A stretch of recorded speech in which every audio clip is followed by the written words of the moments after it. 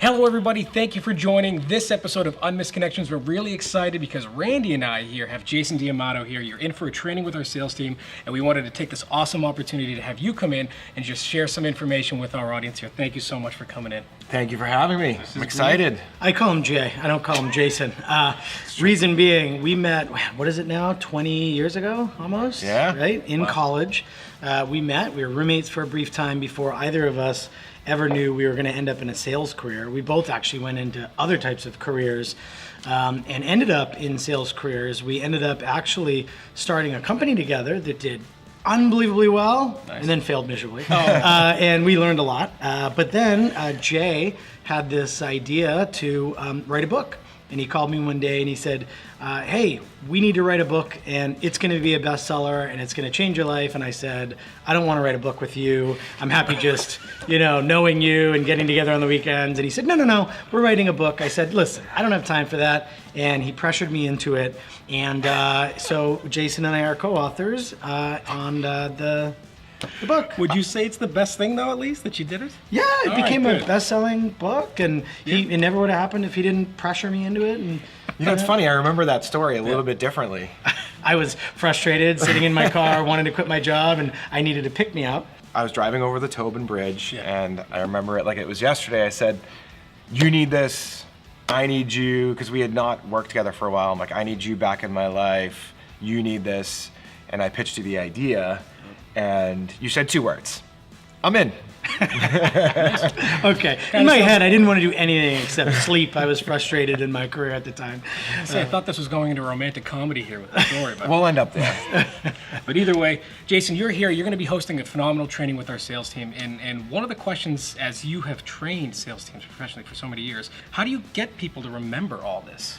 Yeah, usually within a month, 80% of what somebody learns is lost. So it is about stickiness. Yeah.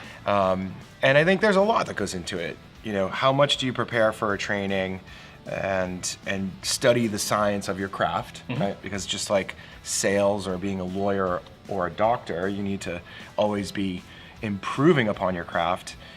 And then, so if you want to strip it down to a few bullets, I think that stories are always a way to make things stick. Yep. And somebody told me a long time ago, when you get into speaking and training, people are going to ask you to come and train. Like if you do a keynote, they're going to ask you to train on this, train on goals, train on closing, and he said, just ignore all of that. And he said, just go and tell a few stories. And nice. So stories, I think you need to mix. It was good advice to get a point across, which is people really gravitate towards powerful stories. Yeah. But then the content, and then I think the last piece is the follow up. Yeah. You need consistent training, and that is something that I swear by and know that if it's not consistent, it just goes away. Yep. Even for the greatest salespeople, if you were to sit down, if Randy was to sit down and listen to me sell, he would find multiple things that I could do better, and if he was there with me every day, I would become better. It's just the bottom line. Doesn't matter how long you've been selling. These sessions, they're difficult to organize, for some teams and get all this time together. Is this something you'd recommend doing monthly, bi-monthly, every quarter? Like what kind of intervals do you think, or do you see work better to keep the content memorized for these team members? It's a great question. It's funny, when we owned a company together, we did a sales meeting every day, 8 a.m. Every day, every morning. And it was great. That's exhausting. It was, but it was also very inspiring and energizing. We would sometimes run a 12-minute training, or sometimes we'd use an hour, and because we knew that the floor needed it. And other times it would be a 30-second exercise of gratitude and thanking everybody for their hard work and just showing some love. You have to have a good read on the pulse of your team and what they need. But I'd say that you want a balance between really quick meetings to keep people on their toes.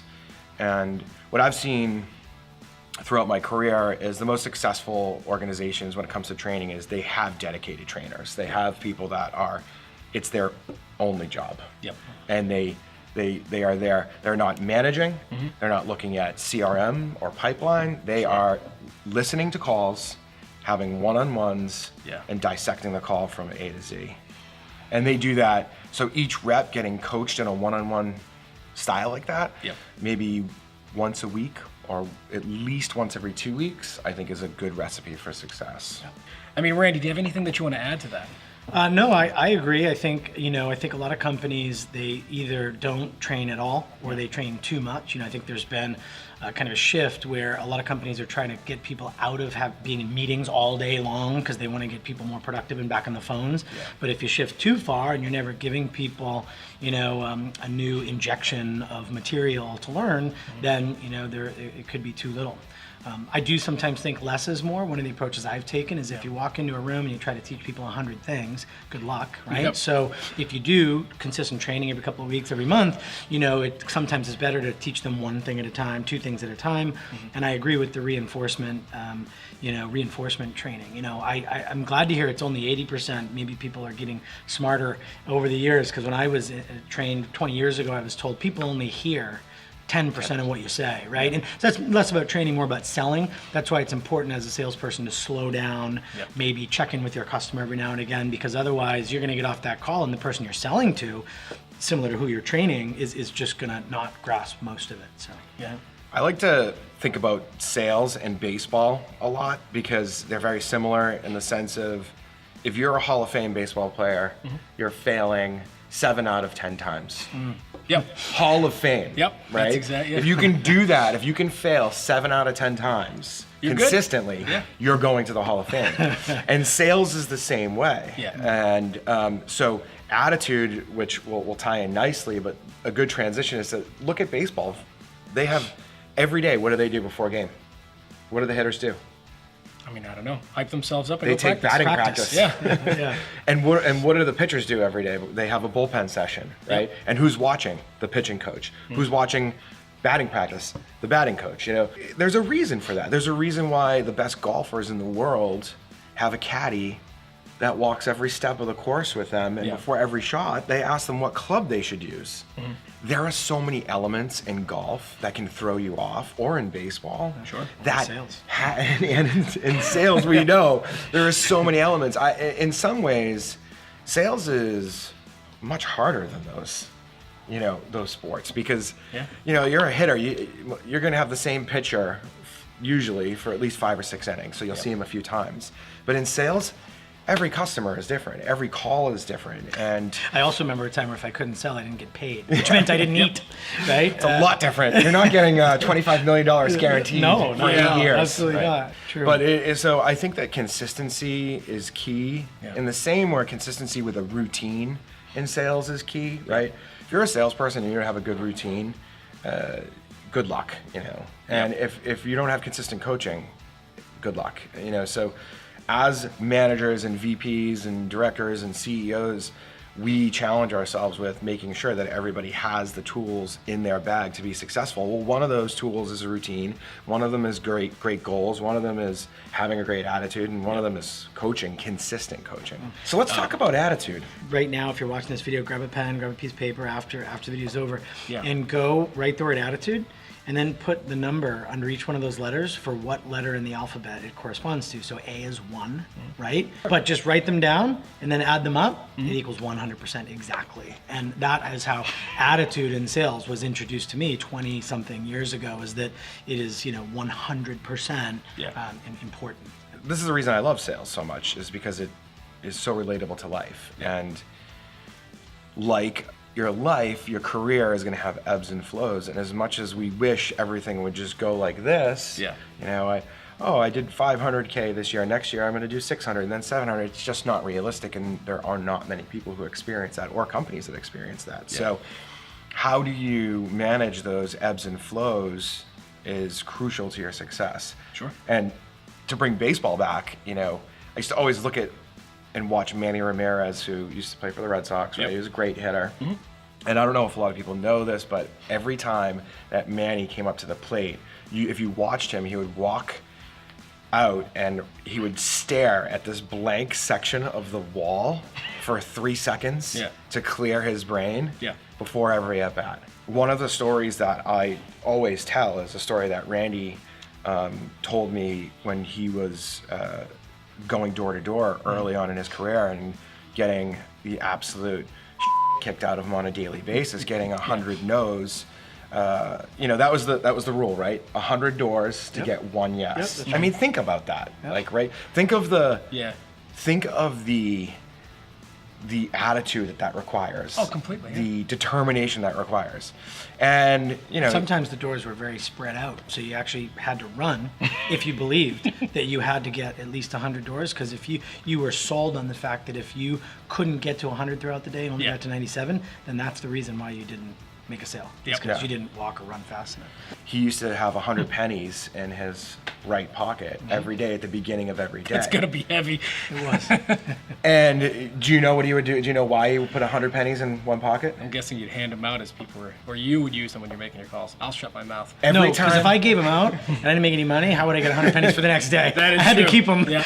I needed those. You needed that for There were times coffee. where I spent them. 401k. He's like, maybe I should use 100 slips of paper. But anyways, he would take, every time he got a no, he would take one from his right pocket and put it into his left pocket. Sure. And then he'd keep his hand on his left pocket, knowing that the bigger that it got, the closer he was getting to a yes. Yeah.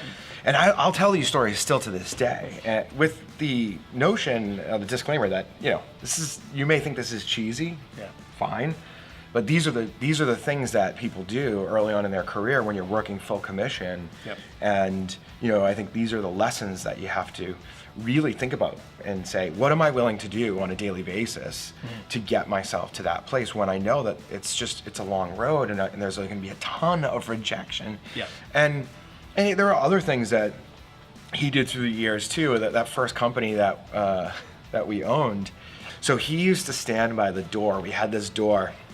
And there was no glass. It was just a big brick wall with a door. Yeah. And he used to stand by it, just like leaning up against it in the morning, waiting for people to come through. And they would Clocking people in? No. I know where he's going. Yeah. They would walk through, and he would open up an imaginary bag. Yeah. And he would say, "Hey, Jill. Hey, how's it going? Good morning. Hey, can you do me a favor? Can you put all your problems in this bag?" And Jill would roll her eyes, but he wouldn't let her walk away. He'd be like, no, seriously. And he would make people reach into their pockets and lift out imaginary problems and drop them into the bag. And even go so far as, like, if they would drop one or two things, he would start to walk away, be like, whoa, I see that. Are you sure there's not like a electric bill or a fight with your boyfriend? This is like, and make them come back over and be like, Randy, and drop it, and he'd be like, all right, go ahead. And he'd be like, don't worry, I'm gonna tie it up, leave it right here by the door. It'll be waiting for you, and you can take it back with you when you leave. And I have to add 2 notes to that story. First of all, it was Jamie Happ, my mentor, who did that to me. It's where I learned that from, to pay appropriate homage there. And at the end of the day, and I don't remember if I ever did this, but Jamie, when we were leaving, he'd be like, bye. He'd be like, no. You're not sticking me with this stuff. He would walk back over and say, take it back. And he'd make us reach back in and take it back and put it back in our pockets, because he didn't want us to bring them into the office, nor did he want them to be left there. And, the only thing I would add about attitude is that for anyone who is new to sales or maybe doesn't have the right attitude, just know attitude is a muscle like anything else. Those tough times, those sales that you lose, those days where you just want to quit, that's what rips the muscle, right? And then that's how it grows and gets stronger. And I have a much different attitude now than I did, early in my sales career. But there was a point in time, at some point, where I realized that it was a necessity. you have to believe. I mean, you just have to believe. And in those 2 years that we owned that company together, that is where I saw how much he believed. It was like a PhD in attitude. You know, we were up against it every single day, thinking we were going to lose our business. Imagine waking up every day thinking that the lights may get cut out. And I'm not using that as a metaphor. Yeah. I'm saying we were behind on our electric bill and our rent. Why do you even have an office? Because all we needed to do was keep the phones on, right? Well, we had 20 heads. We generated $1 million in 10 months. Yeah, we did. We generated $1 million. That's impressive. In revenue. Good. We paid it to our people, but in rent and catching up on electric bills. Of course, yeah. Another amazing story about attitude that I'll never forget is same company. Somebody came in one day and schlepped over to their cube, all disheveled with visible body language that something was wrong. Bad weekend. something was wrong, and we were standing in my office, and there was glass, so we looked right over the bullpen, and I saw Randy notice. I just sat back and I watched, and Randy goes over and he goes, hey Scotty, come here, buddy. And Scotty comes in and Randy says, is everything okay? You know, like checking to make sure that everything was okay, because we didn't know if his grandmother had passed away or something. Yeah. And so first, just check to make sure, you know, is everything all right? Scotty's like, oh yeah, man, everything's fine. I just got up on the wrong side of the bed. And then he goes, all right, I got a solution to that. And he just zips out of the office, leaving me and Scotty there awkwardly. Yeah. He goes out, grabs Scotty's bag and jacket. Oh, come on. Comes back in, and says, total problem solution. I got it. Yeah.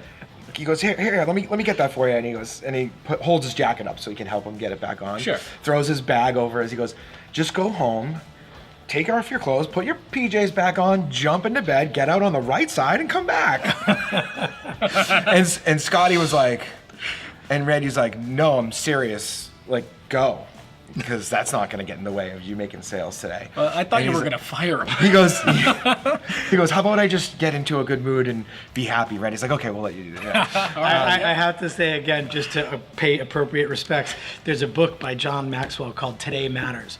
And the whole premise of the book is that yesterday ended last night, Yep. and tomorrow doesn't start until tomorrow. So all any of us have any control over is today. What the decisions we make today, right? Because yesterday's done, tomorrow ain't here yet. And in that book, he tells that exact story, and that's where I got it from, because I read every one of his books. And if you're in sales, I recommend you do as well. Some great books on leadership and teamwork and attitude. But he tells a story about telling his employees. So I loved when Scotty said, I got out of the wrong side of the bed. I was like, ding. I was like, all right, why don't you go lay down, roll over, and just get out on the other side. You know, so yeah, thanks. If you told me that, I'd probably just end up staying in bed for the rest of the day and then risking my career. But how do you, as a sales manager, as a leader, and as a trainer, identify some folks that are just having bad luck versus people that are just going to be bad performers? Partly instinct, Yeah. partly experience. Seeing so many people start over the years, you base some of that instinct off of experience. But absolutely, what was their onboarding? What did that look like? Yeah.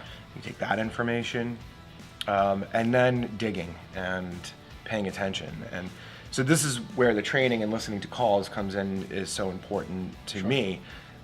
If you're not grading calls, if you're not grading the soft skills of a salesperson and trying to quantify that somehow, or at least have healthy conversations and transparency around those things, then you could get lost in that world of not knowing, is this luck? Is this just the inability to be elite, great, good, whatever you're trying to measure?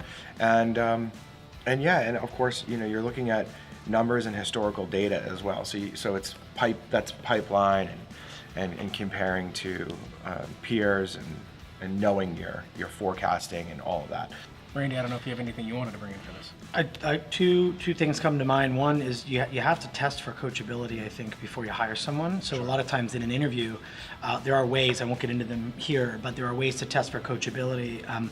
An easy one would be, hey, role play with me, on the current product you sell, right? And when they do, say, great, good job, do me a favor, and you give them like some sort of instruction, like do it again, but a little more like this, and you can test to see if they're coachable, right, on the spot. That's indicative of how coachable they'll be in a career. Naturally, once they're actually working, and the more you coach, are they picking it up or not? There's only two reasons why someone would not respond well to coaching. It's either they don't have the skills to pay the bills, right? Yep. Or they don't have the desire to, the motivation to want to learn, right? So something that was taught to me, again, by Jamie, my mentor, which was just expect and inspect. It's just simple. He taught it to me a long time ago. All you do is say, hey, Billy, here's what I expect of you. And then you got to come back, though, a day, a week, a month later and inspect to see whether or not Billy is doing those things or, exhibiting those new behaviors, because again, if you make it very clear, here's what I expect, or here's what we expect, or here's what you should expect, and you come back later and inspect to see if it's happening or not, you'll get a real quick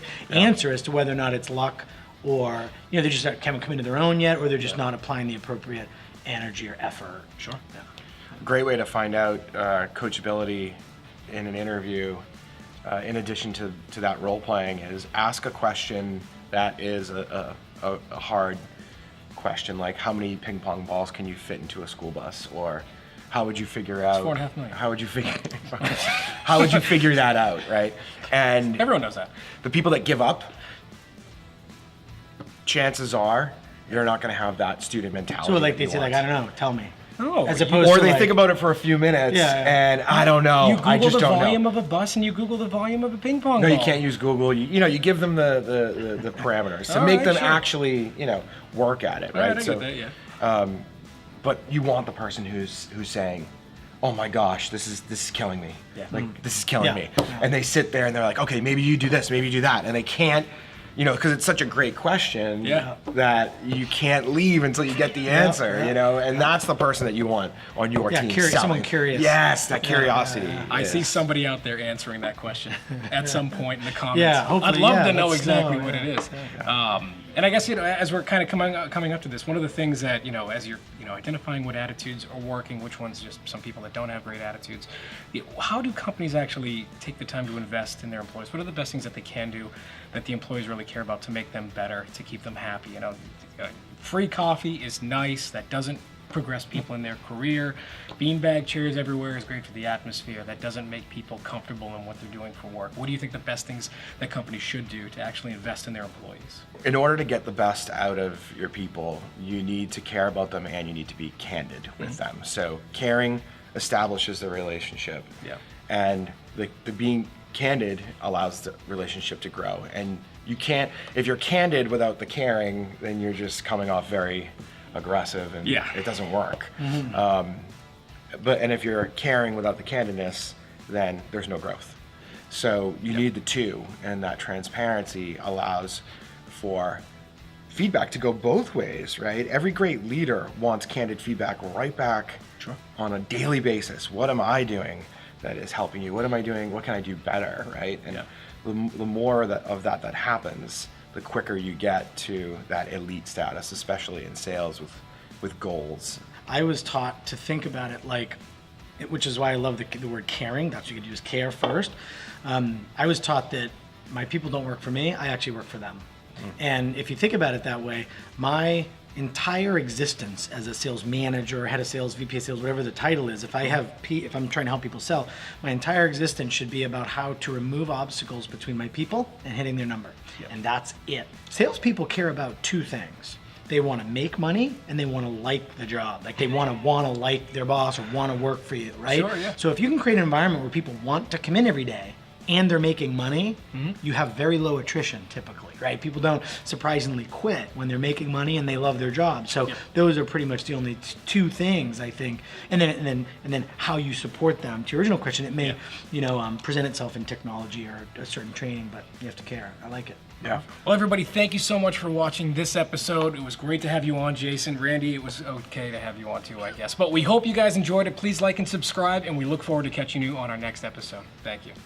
And now I need to see if attitude adds up to 100 and how many ping pong balls I can fit in the bus. Bye, Chris.